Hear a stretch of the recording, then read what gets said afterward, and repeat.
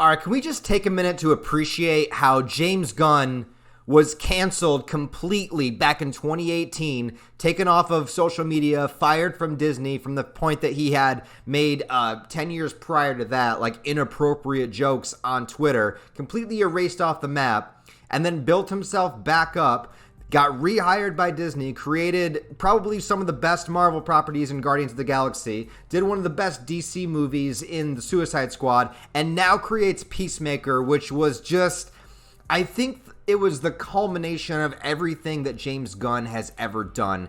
I don't know if some of you guys have gone back and seen James Gunn's original work before he got hired by like the bigger studios, because before, where James Gunn got his start was a movie studio called Troma. And if you guys don't know what Troma is, you are missing out. They do some of the like most goriest, exploitative, crazy, off-the-wall, batshit, like horror comedy movies you could possibly think of. The lowest of the low budgets, but they make it work, and it's just like, it's social commentary with gore, violence, nudity, everything that you want. That's where he originally came from. So he worked for Troma for a while, and then he did one of his first directorial movie was a movie called Slither, which is like a sci-fi horror film that also has a ton of comedy in it, which is very reminiscent to Peacemaker in a couple of ways. I don't want to spoil anything, but I'm going to be spoiling Peacemaker in this video, by the way, at some point. I'll say when spoilers, but just at some point I will.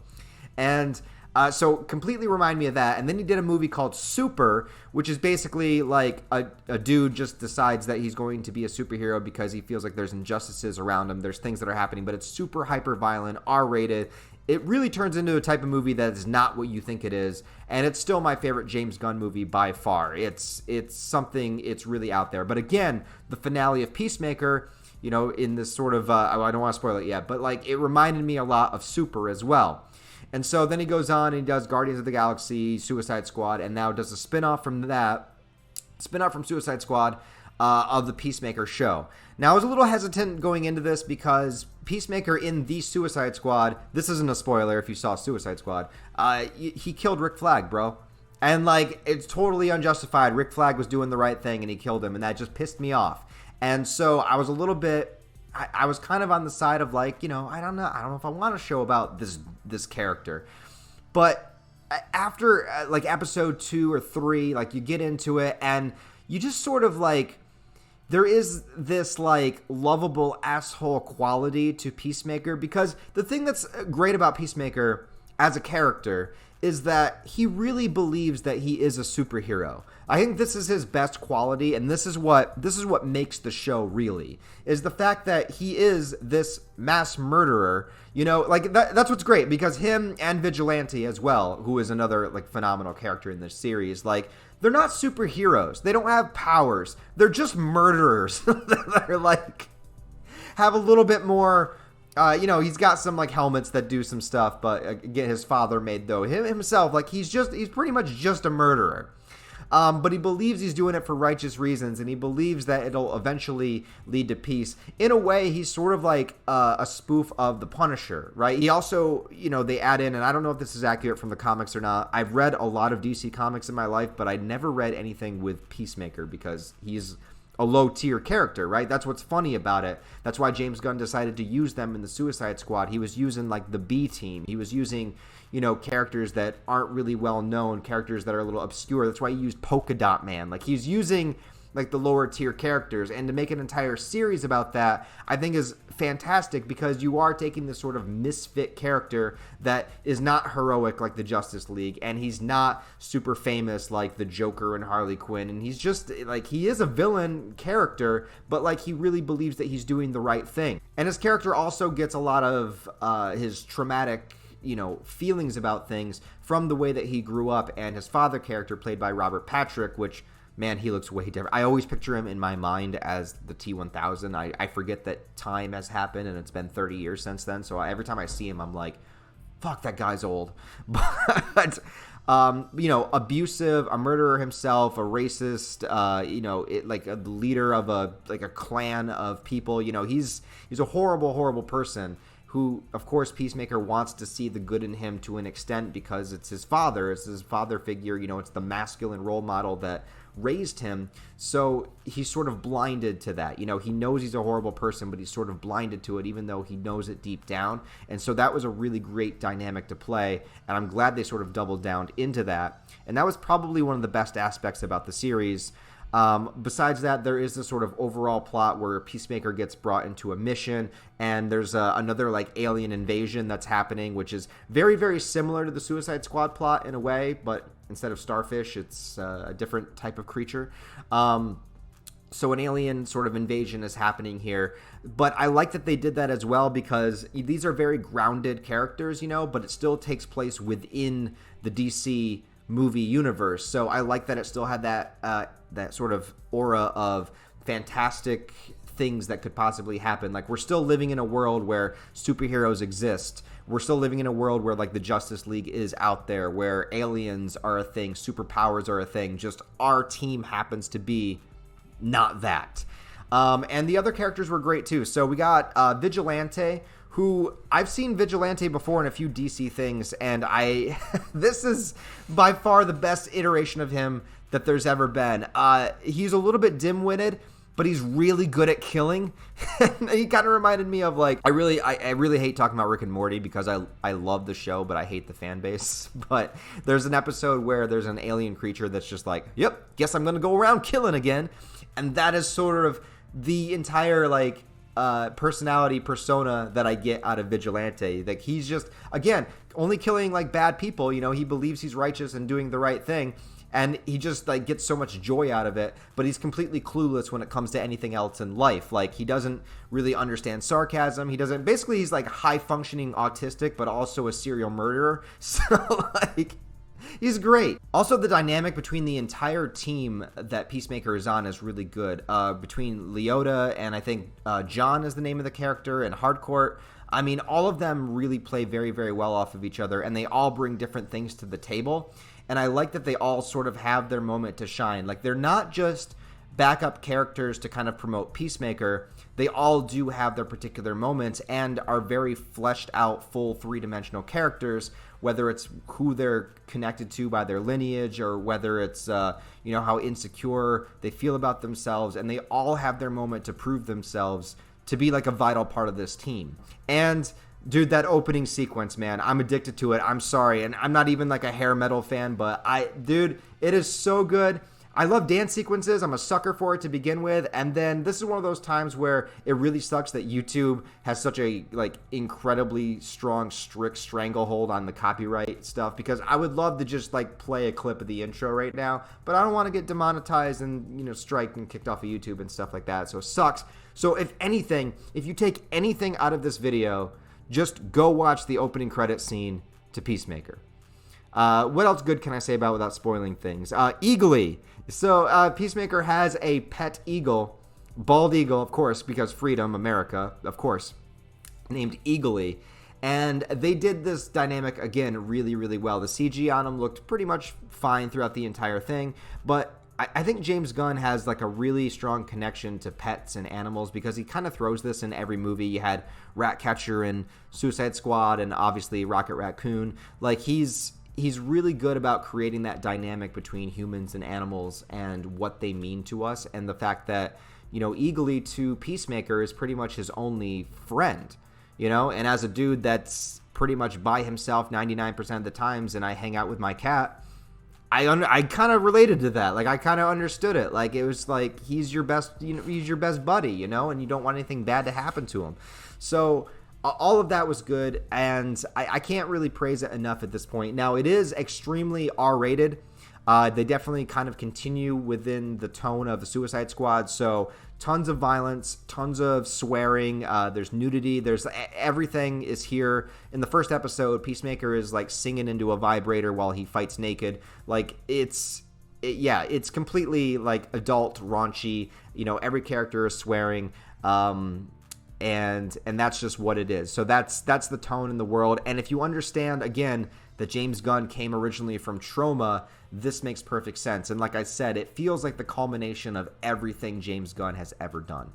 So now I'm going to get into the spoiler portion of this video. So if you haven't seen Peacemaker, please check out now. So what I was talking about before is that the finale of this series has this giant alien creature in a barn, which is very similar to in Slither, where the one girl sort of like blew up into a giant alien creature. And the final fight scene also takes place on like the lawn area heading towards the barn, which is the exact same as the final fight sequence in Super. Like I said, you had that animal connection that you felt in both Guardians and the Suicide Squad.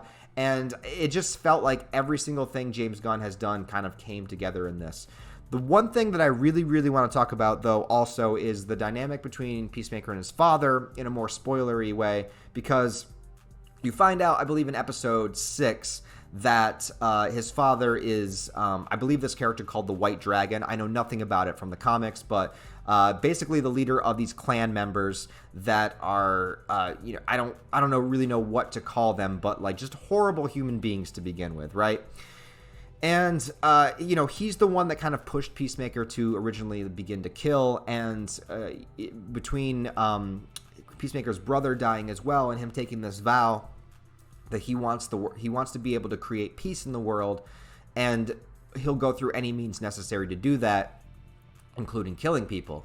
But as he starts to have these regrets as time goes on, and I'm glad they addressed the Rick Flag thing from Suicide Squad, because he feels regret and remorse about this, and he's recognizing these things about himself as the series goes on. He's recognizing that he really truly regrets that, and that he's using, peace in the image of the dove to kind of cover up the truth about what he actually is, and him trying to deal with that. But he's also not really an introspective character, so he's having these moments, but at the same time trying to maintain that persona. And it gets really, really deep, actually, deeper than you would think it would be. But then there's this moment where he has to face his father, and it's a great scene. It's a great fight scene. Vigilante's involved in it as well. Same thing with John, pulls out a freaking machine gun and starts like, that was the one moment, I had one moment in the entire series that actually made me cheer. Like, it would have been good for a reaction video. There's this moment where, like, Peacemaker's down, White Dragon's there, the clan members are there, and then freaking John comes out with this machine gun and just mows down the clan members, and I'm just like, fuck yes! It was so good.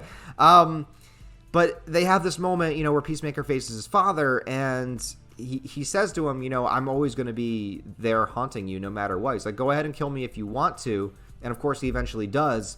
But it just sort of shows, like, that's how trauma works. Like, you don't just erase the problem by erasing the person. You got to be able to work it out for yourself. And that is something that he's going to continue to have to face as time goes on. And they've already been renewed for a season 2.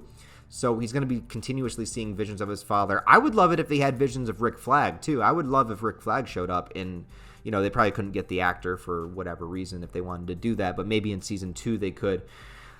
And I think that's just a really powerful message, right? Now, I do believe he should have killed his father because his father is a fucking psychopath, right? And I'm fine with the fact that he killed him, but I like the message being that, like, it doesn't matter if this person gets what's coming to them or not. The damage they inflicted on you still exists, and it's still on you to fix it.